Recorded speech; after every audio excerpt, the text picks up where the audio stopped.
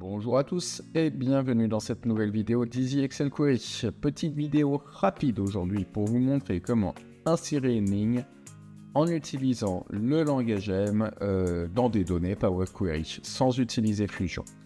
C'est parti, allons-y.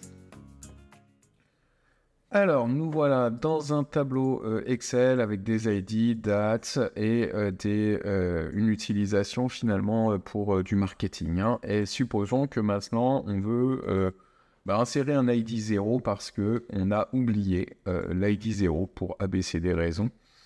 Et supposons encore que nous n'avons pas forcément accès à ce tableau Excel et qu'on ne peut pas juste cliquer droit et faire insérer ligne. Donc on va aller insérer ça directement dans Power Query. Je clique là-dessus et je fais Alt et T pour envoyer le tableau dans Power Query. Ici, je fais CTRL-SHIFT++ pour faire un petit zoom avant et que nous puissions avoir une meilleure vision de tout ça. Ça, je n'en ai pas vraiment besoin. Hop. Hop, voilà. Là, comme ça, vous voyez à peu près toutes les données. C'est plutôt pas mal. Donc, on y est. Je vais appuyer sur FX. Et la première chose que je vais faire, c'est je vais créer les valeurs que je veux précisément rentrer. Donc, vous avez vu, j'appuie sur FX. Ensuite, il y a égal. Je vais créer ma liste de valeurs. Donc, accolade, ça me crée directement l'accolade suivante.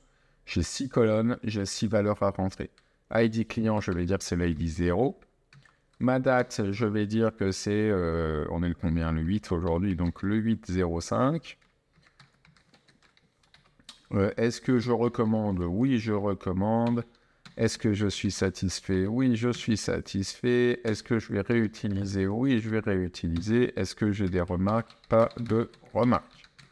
Ok, donc là, ici, j'ai mes différentes valeurs. On voit qu'elles apparaissent ici.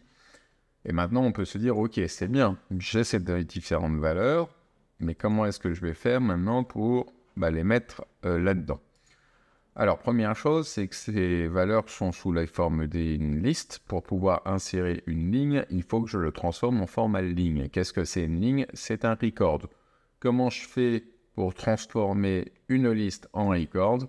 Eh bien, on va demander à Power Query, coucou Power Query, est-ce que par hasard tu n'aurais pas, pour les records, quelque chose qui pourrait venir d'une liste?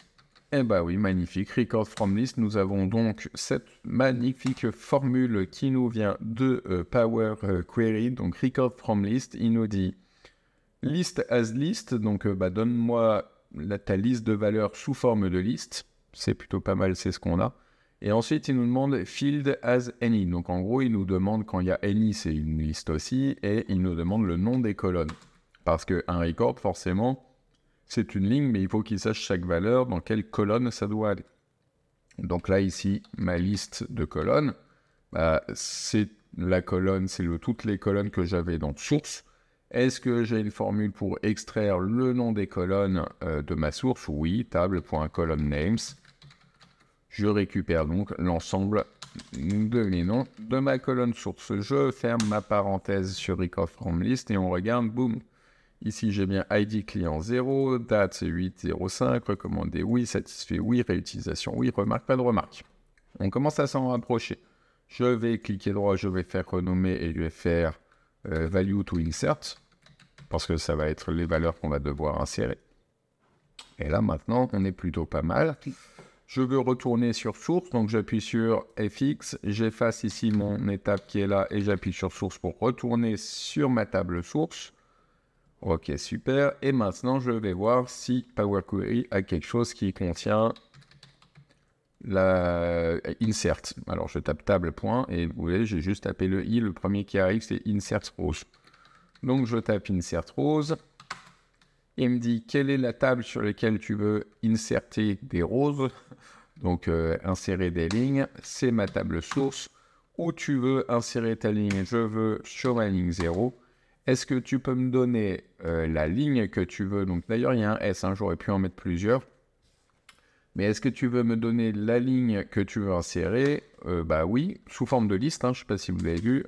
Je suis peut-être allé un peu vite. Il ne me le fait pas réapparaître. Si, voilà, rows as list. Donc j'ai bien mes rows dans value to insert, mais ils ne sont pas en forme de liste. Que cela ne tienne, je mets une petite accolade et je mets value to insert. Il me manque un N. To insert, je ferme. Et attention, attention, attention. Et boum. 0,805, oui, nous avons, et pas de remarque, nous avons bien donc inséré une ligne. Si on voulait l'insérer en deuxième position, on voit que donc deuxième position c'est 0, 1, 2, donc ça n'oublie pas que ça démarre à 0. On peut déplacer comme ça notre enregistrement comme on veut. Donc on est plutôt pas mal. Donc en dernière position, j'ai mis 5, donc ça fait donc en 6e position. Et on est OK.